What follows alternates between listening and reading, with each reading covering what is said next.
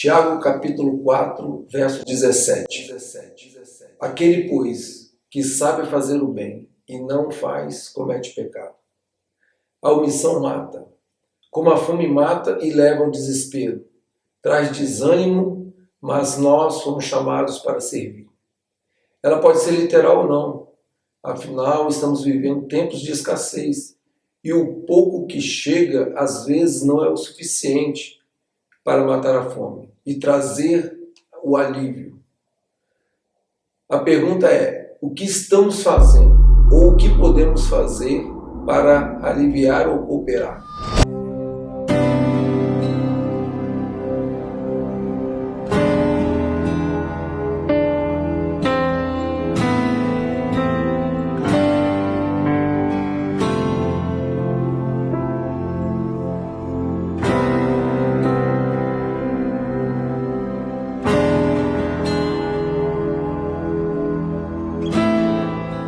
Cara, loucura. A gente estava ouvindo louvor na viagem, do nada deu a vontade de orar, começamos a orar, o coração se encheu e olhei pro John e falei, John, e aí? Ele, mano, a gente tem que parar. Eu falei, mano, a gente tem que parar, paramos aqui, conversamos com o senhor Luiz Carlos, voltou pros caminhos do Senhor, começamos a orar, sentimos a necessidade de orar por uma batalha espiritual. Mano, Deus é maravilhoso. É isso, Deus é maravilhoso, não tem o que dizer, mano. É simplesmente orarmos e nos prepararmos com o que Deus vai fazer naquele lugar. E eu acho que é isso. E eu me despedi dos meus pais, eu queimei minhas carroças e afundei meus barcos no cais.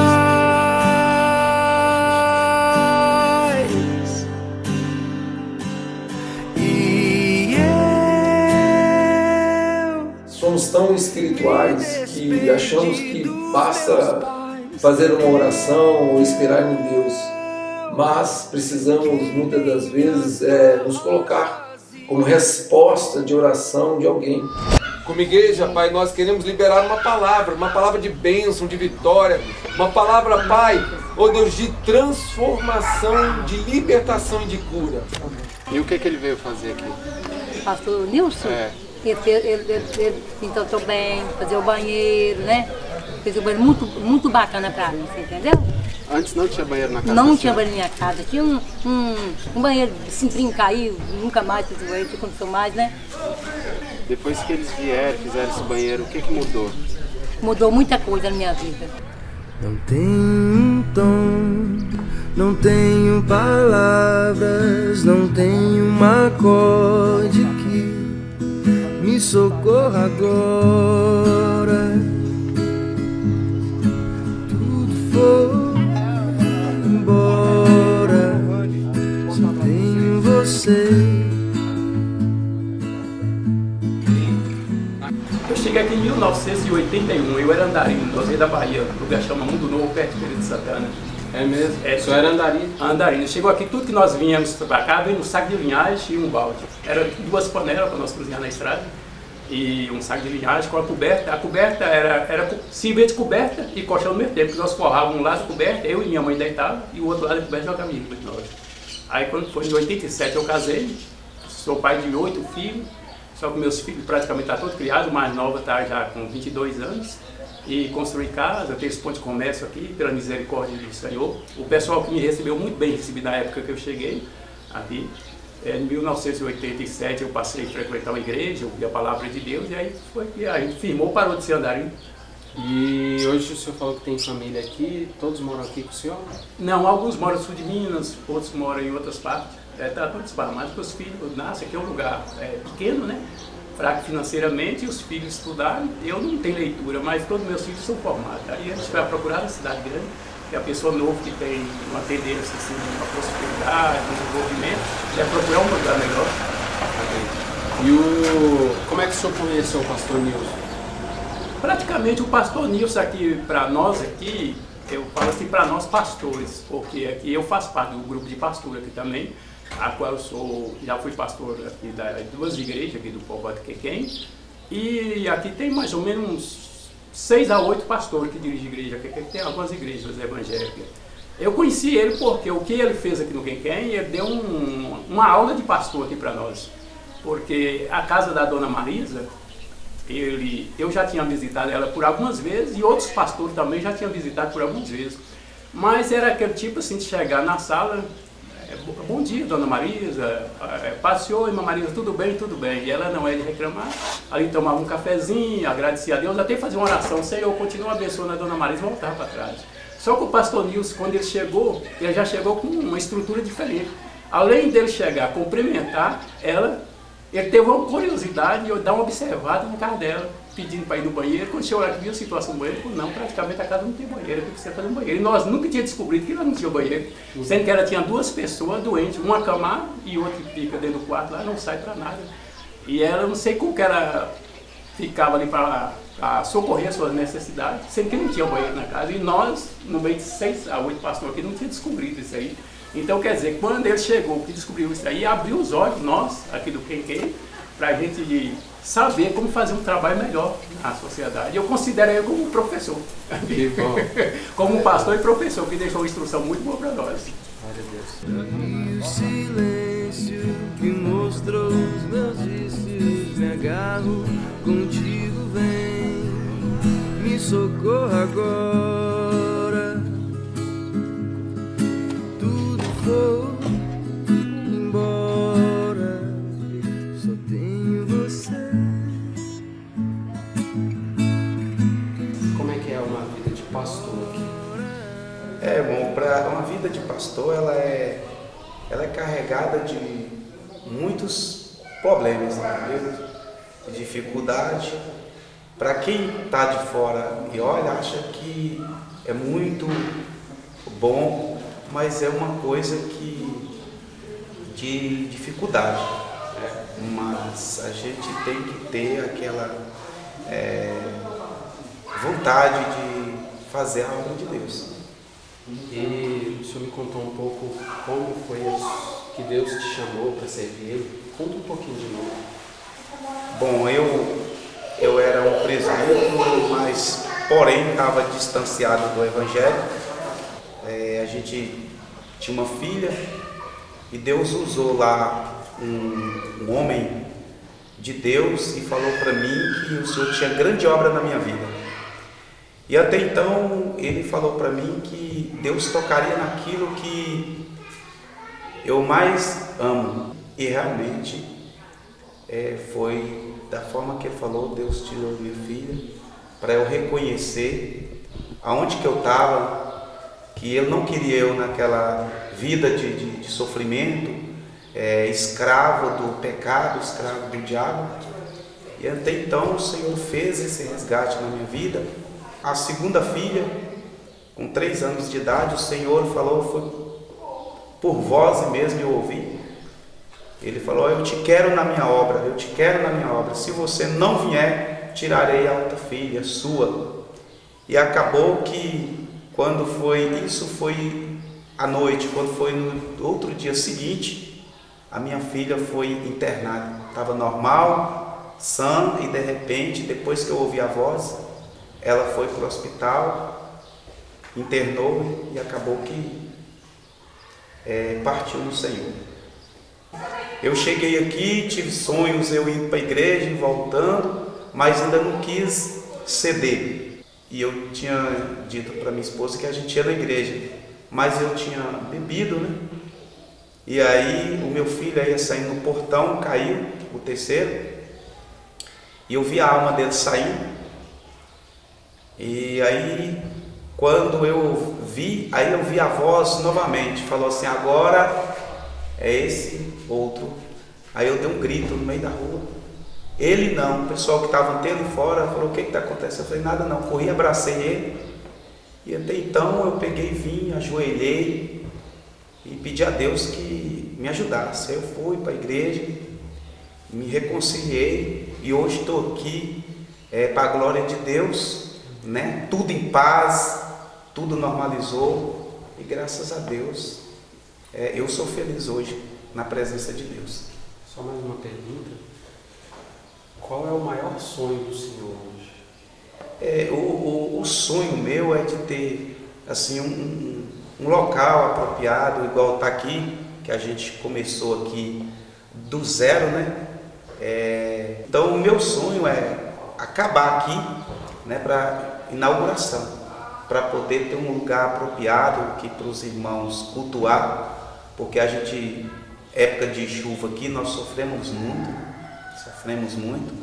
Eu acredito que agora nós já estamos bem caminhados, mas o meu sonho é de estar aqui com esse templo terminado, acabado, para a gente estar tendo assim aquele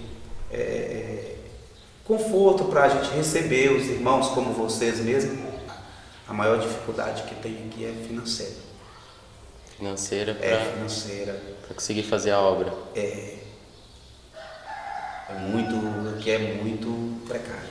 E tem hora que os irmãos aqui, o Renatinho, o comperador Renato, a esposa dele, a minha esposa está aqui do meu lado, ela sabe que às vezes eu largo de comer para me ajudar alguém.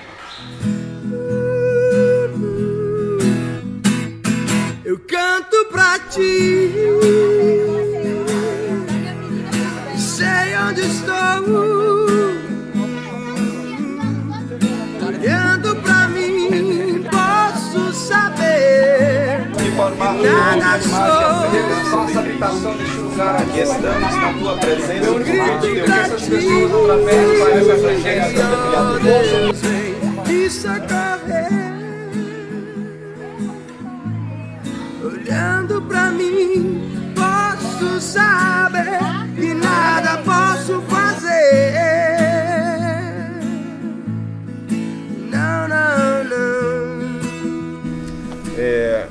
Eu nasci aqui em Janaúba, mas bem cedo ainda bem jovem.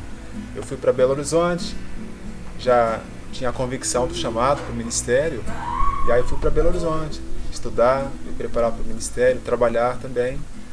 E depois de algum tempo retornei aqui para o norte de Minas, passando por Montes Claros e outras cidades, e já há algum tempo aqui em Janaúba. Eu estava exercendo meu ministério, mas dadas algumas situações que estavam atingindo a minha família, por algumas situações eu dei uma pausa.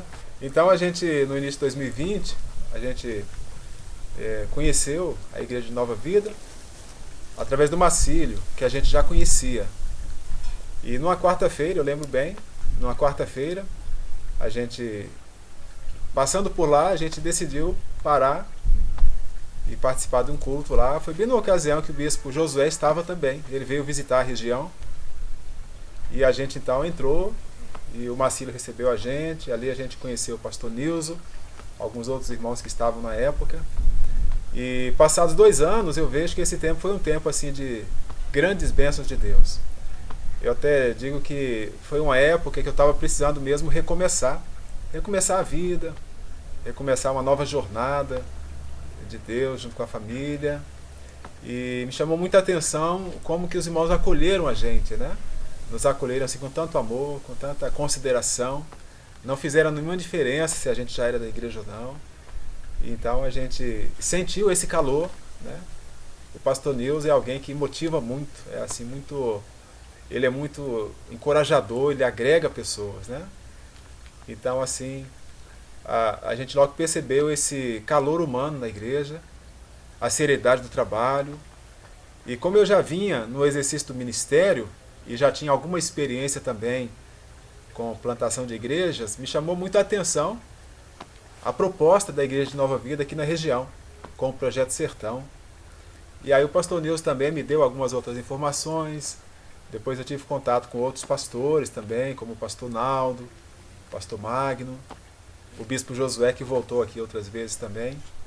Então eu percebi a seriedade do trabalho, a visão de reino, sabe? De plantação de igreja. E a gente percebe mesmo que a Igreja de Nova Vida aqui em Genova faz a diferença na vida das pessoas. Nós passamos por um tempo assim bem desafiador, que foi começar a construção dessa casa onde a gente mora. a gente está aqui há pouco tempo e morar nessa nossa casa, nessa casa que agora é nossa, porque a gente morou muito tempo de aluguel. Morar aqui é um milagre de Deus mesmo, sabe? É um milagre de Deus. Por volta de julho do ano passado, Deus deu para a gente a oportunidade de comprar esse terreno. A gente parcelou uma parte do pagamento. E aí nós tomamos a decisão pela fé de começar a construir. A gente estava assim num impasse, numa dificuldade muito grande, porque a gente morava de aluguel, mas já não estava tendo mais condição de continuar no aluguel. A gente estava cansado disso, né? E a gente sentia necessidade de ter o nosso próprio lugar.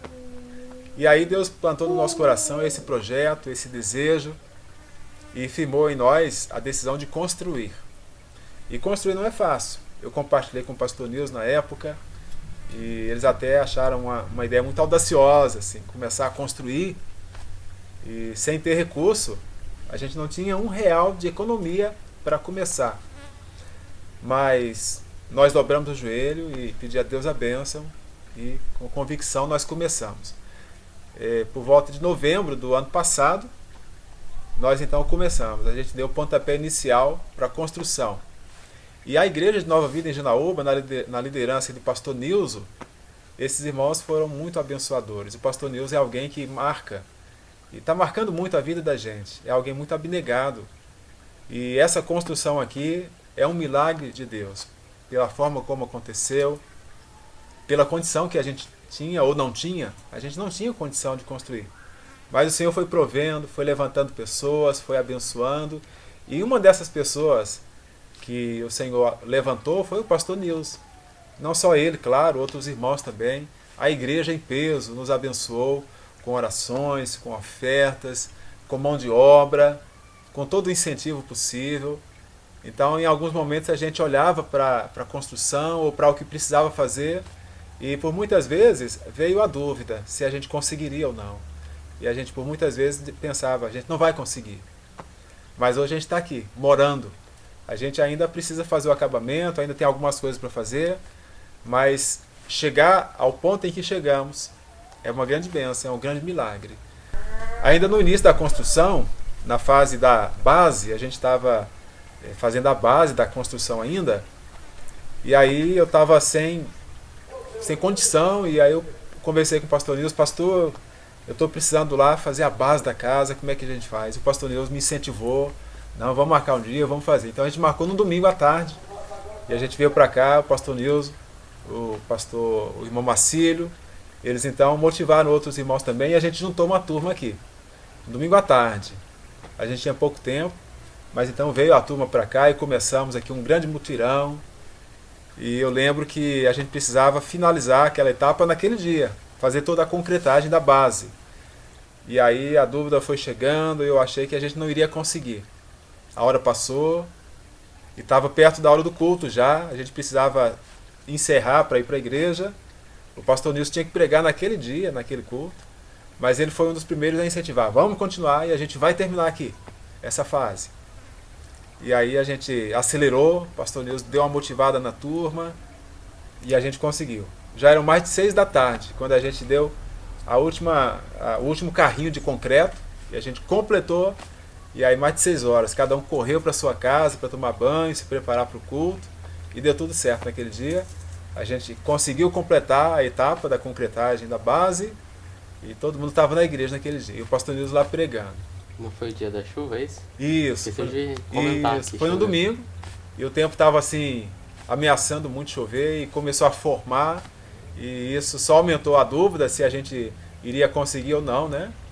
Então, aí eu falei pro pastor Nilson, poxa pastor, já desanimado, a gente não vai conseguir.